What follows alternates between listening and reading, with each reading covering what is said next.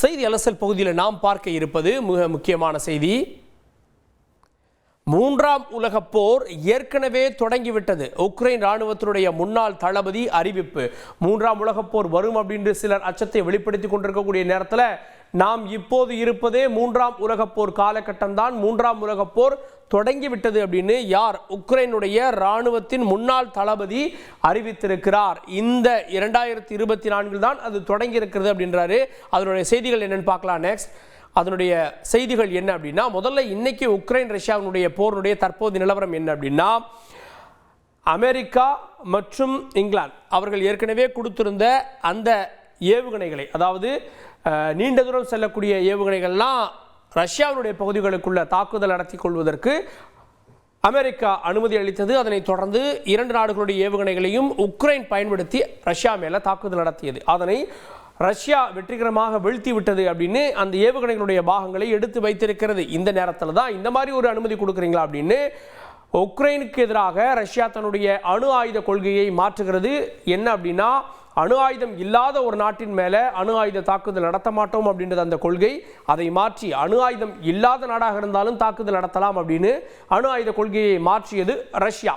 அதனால உக்ரைன் மேலே அணு ஆயுத தாக்குதல் நடத்தப்படலாம், அது உலகப் போராக மாறலாம் அப்படின்னு எதிர்பார்க்கப்பட்ட நிலையில் உலகப் போர் தொடங்கிவிட்டதாக உக்ரைன் ராணுவத்துடைய முன்னாள் தளபதி அறிவித்திருக்கிறார். இப்போது நிலை என்ன அப்படின்னா, ரஷ்யாவினுடைய ஏவுகணைகள் மூலமாக, அதாவது நீண்ட தூரம் செல்லக்கூடிய கண்டம் விட்டு கண்டம் பாயக்கூடிய பாலஸ்டீன் வகையிலான மிசைல்களை ரஷ்யா உக்ரைன் மேலே 7 ஏவுகணைகளை ஏவி இருப்பதாக தகவல். அதில் நாங்கள் 6 வீழ்த்திட்டோன்னு உக்ரைன் அறிவித்திருக்கிறது.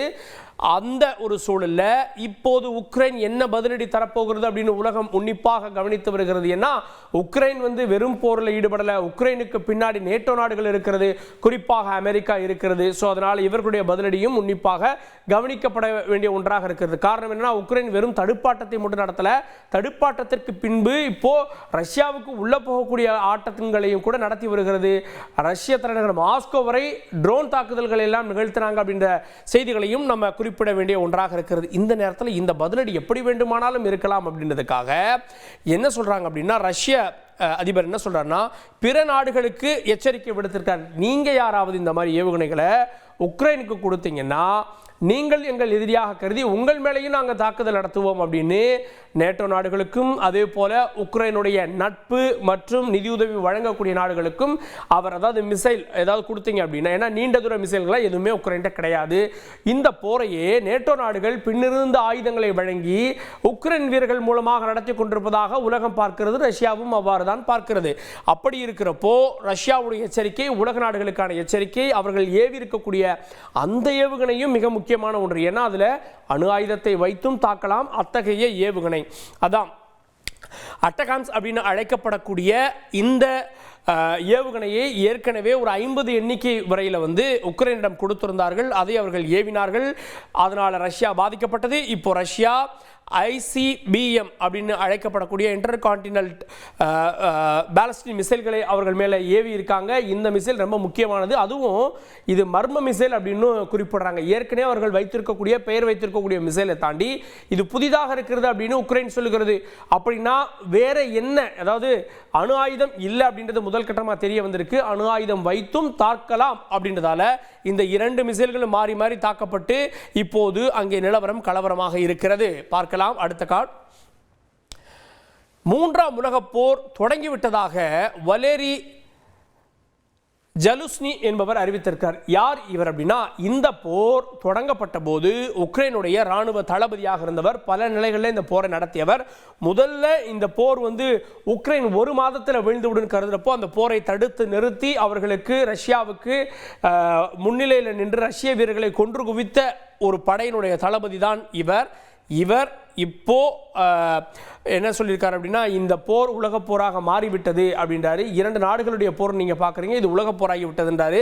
காரணம் என்னன்னா, வடகொரியாவை சேர்ந்த 10,000 வீரர்கள் ரஷ்யாவோடு இணைந்து இந்த போரில் நேரடியாக வந்து விட்டார்கள். ஈரான், சீனா போன்றவையும் இந்த களத்திற்கு பின்புறமாக வந்து விட்டது அப்படின்றாங்க. இப்போ நீங்க இந்த 2 நாட்டுடைய போரா பாக்குறீங்க. பிற நாடுகள் ஏற்கனவே வந்து விட்டது, ரஷ்யாவுக்கு பின்னாடி வடகொரியா வந்து விட்டது, ஈரான் வந்து விட்டது, சீனா வந்து விட்டது. வேறு வேறு வகையில் நேரடி போராக இல்லாமல் வந்து விட்டது. உக்ரைனுக்கு பின்னாடியும் எல்லா நாடுகள் இருக்கின்றது தெரிந்த ஒன்று. அதனால இது ஏற்கனவே உலக போராக தொடங்கிவிட்டது அப்படின்னு அவர் சொல்றாரு. அடுத்த கார்டு நம்ம பார்க்கலாம். சரி, இப்போ இந்த உலகப் போரை ஏற்கனவே ரஷ்யா எச்சரித்திருந்தது. எப்படி அப்படின்னா, நாங்க இதை சாதாரண 2 நாட்டு போராக பார்க்கிறோம், உலகப் போராக மாற்ற மேற்கத்திய நாடுகள் முயற்சி மேற்கொள்கிறது, நாங்க முடிந்த அளவு தடுக்க பார்க்கிறோம் அப்படின்னு ரஷ்ய அதிபர் கடைசி எச்சரிக்கையை விடுத்திருந்தார். இந்த ஒரு சூழல்ல தான் ஏவப்பட்ட அந்த கண்டம் விட்டு கண்டம் பாயக்கூடிய ஏவுகணைகள், அதில் அணு ஆயுதம் வைத்து தாக்குதல் நடத்த ரொம்ப நேரம் ஆகாது அப்படின்ற எச்சரிக்கை கொடுத்துருக்கு. ஒருவேளை தாக்குதல் நடத்தப்பட்டா உக்ரைனுடைய பெரும் பகுதிகள் அழிவை சந்திக்கும். அது உலக நாடுகளுக்கு, குறிப்பாக நேட்டோ நாடுகளுக்கு கோபத்தை ஏற்படுத்தும். நேரடியாக இல்லாமல் இப்போ மறைமுகமாக இருக்கக்கூடிய நாடுகள் நேரடியாக களத்துக்கு வந்தால் உலகப் போராக மாறும். உலகப் போராக மாறினா ஒவ்வொரு மனிதனுடைய பொருளாதாரமும் ஒவ்வொரு மனிதனுடைய உணவு தட்டு வரை இது பிரச்சனையை கொண்டு வரும் அப்படின்னு தான் உலகம் அஞ்சக்கூடிய ஒன்றாக இருக்கிறது. பொறுத்திருந்து பார்க்கலாம். செய்திகளை உடனுக்குடன் தெரிந்து கொள்ள உடனே சப்ஸ்கிரைப் பண்ணுங்க.